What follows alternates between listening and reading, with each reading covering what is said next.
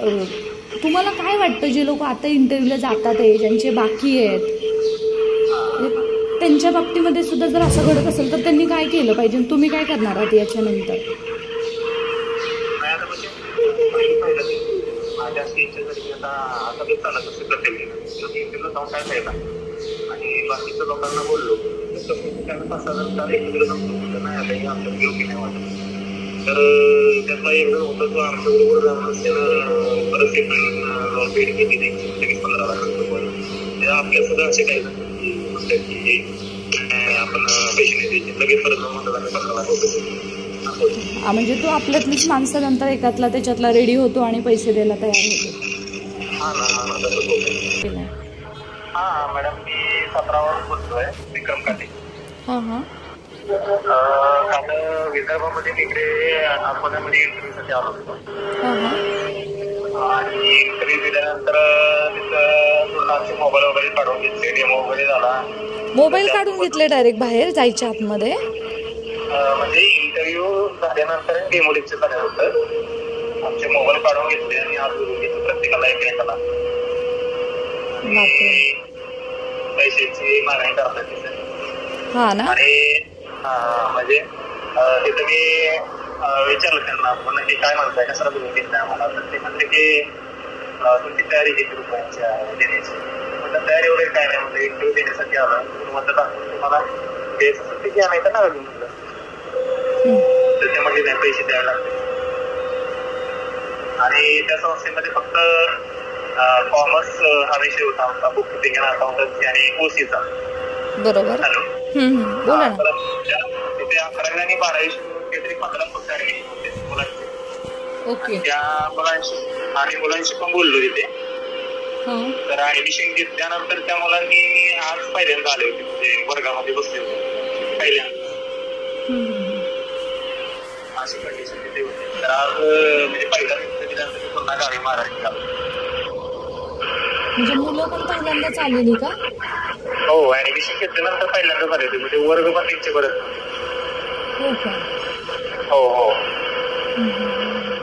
आणि त्यासोबत मग मी लगेच दुसरी संस्था होती अप्रवर्धा म्हणून, अमरावतीच्याच पुढे 50 किलोमीटरच्या अंतरावरती. तिथले एक सर होते, त्यांना फोन लावला, ते इंटरव्ह्यू घेणार होते, पत्र पाठवलं होतं.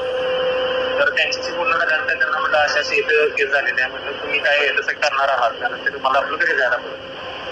ते पण बोलले आम्हाला जर तसं काय करायचं नसतं तर आम्ही विदाऊट एंट्री मध्ये सगळे टाकले असते ना आमच्या पोस्ट.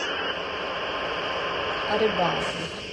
ते पण म्हणले की पैसे घेऊनच आम्हाला करायचं म्हणलं. तर तिथं पण आम्ही म्हणजे कॅन्सलच केलं आणि त्यांनाच विचारलं की श्री शिवाजीचं काय चाललंय, श्री शिवाजी एज्युकेशन सोसायटी अमरावती.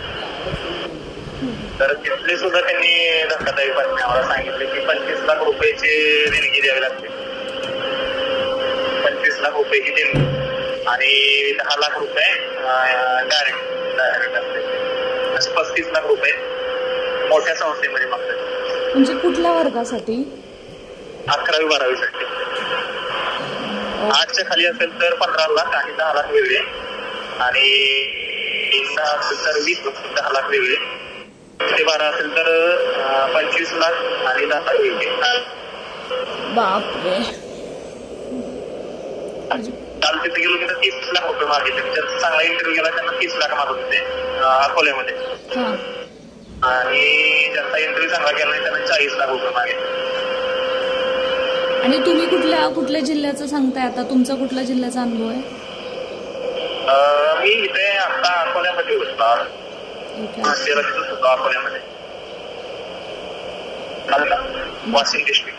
ऐका ना, म्हणजे सर यांच्या विरुद्ध आपण जरी कंप्लेंट जरी केली किंवा त्या विभागाला, तरी पण ते लोक म्हणजे असं तसेच सांगतात का? म्हणजे ते मुख्याध्यापक किंवा ज्यांनी कॉल केला होता त्या सगळे असेच सांगतात का की आम्ही घेणारच म्हणून? म्हणजे त्यांच्या म्हणजे इनडायरेक्ट मध्ये येत, म्हणजे आपण डायरेक्ट बोलत नाहीत ना, की म्हणजे त्यांच्या विषयी आमच्या विषयी मोबाईल वगैरे काढून घ्यायला पुरावाच तयार करून देत नाही. आम्हाला डायरेक्ट असे म्हणतात की तयारी सांगा तुमची किती आहे, बोट उभी करतायत, 3 बोट उभी करतायत, 30 लाख रुपये द्यायला असे सांगतात.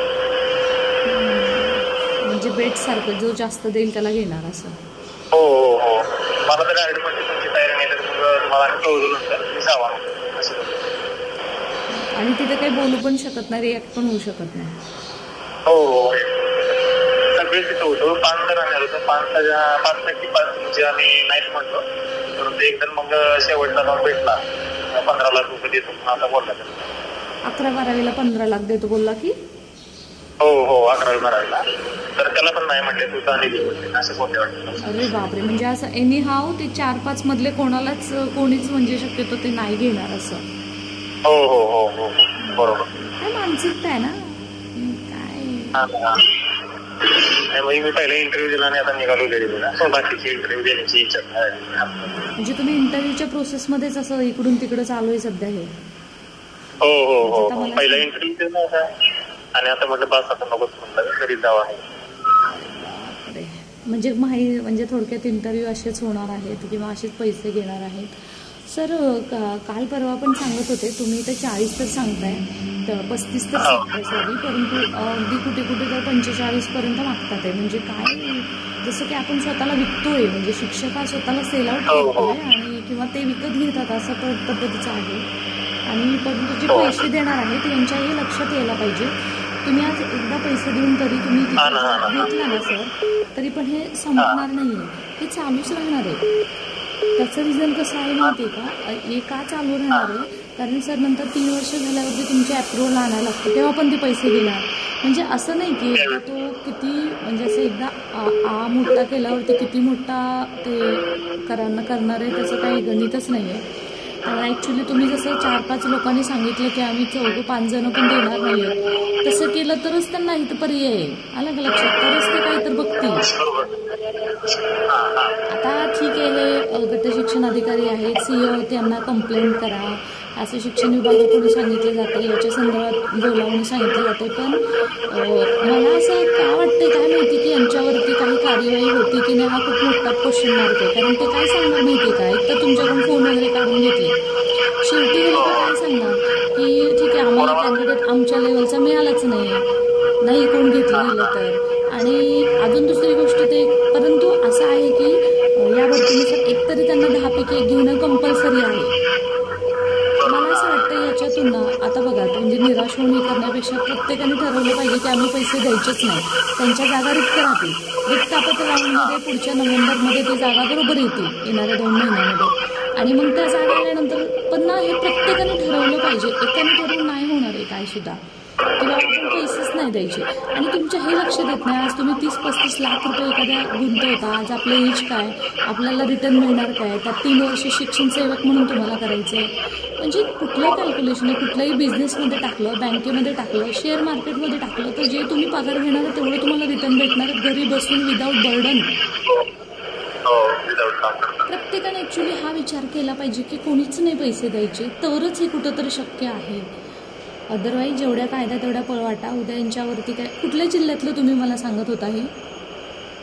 हे वाशिम जिल्हा अकोल्यामध्ये आहे. वाशिम जिल्हा, डिस्ट्रिक्ट वाशिम. बापरे, म्हणजे अमरावतीच्या जवळ. अमरावतीच्या जिल्ह्यामध्ये पण पैसे मागतात. सगळीकडेच ॲक्च्युली थोड्याफार फरकाने मागतच आहेत. कुठं तर फक्त क्वालिटी घेतात आहे, बाकी काही नाही. डेमो घेणार, लेक्चर हे घेणार ते घेणार. इंटरव्ह्यू जाऊन आल्यावरती नंतर 2 दिवसांनी फोन करून सुद्धा पैशाची मागणी करतात.